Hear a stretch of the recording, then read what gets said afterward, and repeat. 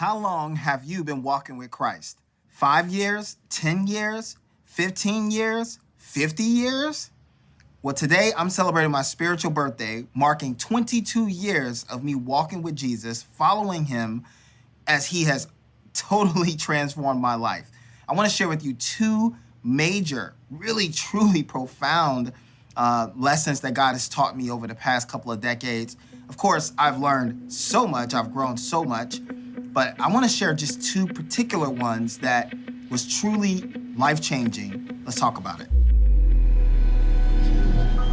In order to share the first profound lesson that God has taught me, I need to give you a little bit of context to really illustrate the depth of that lesson. You see, when I first became a Christian, the first few years, I believed that my spiritual well-being was the only, and that's the key word, the only important thing to God. And so therefore, I believed that God only really cared about my spiritual well-being, my spiritual health. And what I came to know, and this is the lesson, the first lesson, is that while my spiritual well-being may be the most important thing to God, it may be the most thing that God cares about, it is by no means the only thing that God cares about. God, of course, cares for my mental health, my mental well-being, my emotional well-being, my physical well-being, my relational well-being. In fact, he cares for every aspect of my life, of course, because he himself created me and he gave me life. Jesus himself says, and then talking about the two greatest commandments, love the Lord your God with all of your mind, heart, soul, and strength. He doesn't just say love the Lord your God with all of your spirit.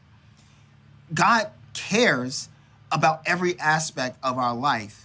And that leads me to the next lesson that connects with the first lesson. And that is because God cares about every aspect of our life. So our emotional, mental, physical, and of course, spiritual, and every aspect, our careers, relational, because God cares for every aspect of our life, he wants us to depend on him in every aspect of our life. In other words, Jesus is not merely Lord of your life.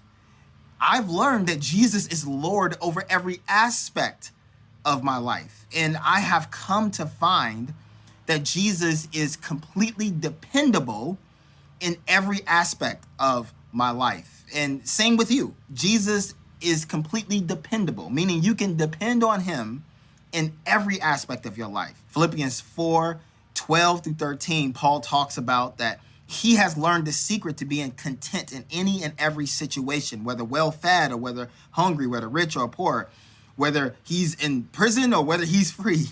He's learned that he can be content in any and every situation. And then he ends in 4:13, in Philippians 4:13, he says, for I can do all things through Christ who strengthens, with an S, this continual strengthens me. And that's the same for you. It's the same for me. Jesus is continually and perpetually strengthening us because Jesus Christ is in us and he's with us. And what that means is he's strengthening us in every aspect of our life. And so we can depend on him in every aspect of our life. And I have also learned with that lesson that in the areas where I am not dependent on him, the eternal one, the abundant one, Jesus Christ, that's where I'm falling short.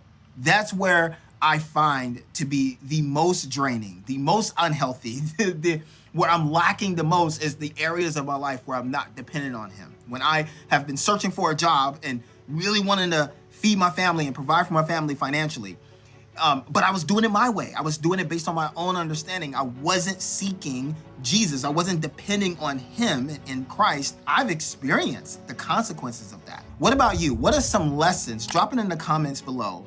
What's some lessons that you've learned during the years or the months or the days or the hours that you have been walking with Jesus? What's some lessons that you can share with us down below? And I would tell you, go encourage somebody with that lesson. Don't just drop it in the comments below. Go share that with somebody. Somebody that you know, perhaps at your church, in your community, at work maybe, at the local coffee shop that you like to visit, in your grocery store. Somebody may need to really hear that lesson. Somebody need to for you to share that lesson with them. So That's my encouragement to you. I have been your Christian encourager, Travis Smith. Go encourage somebody. Peace out.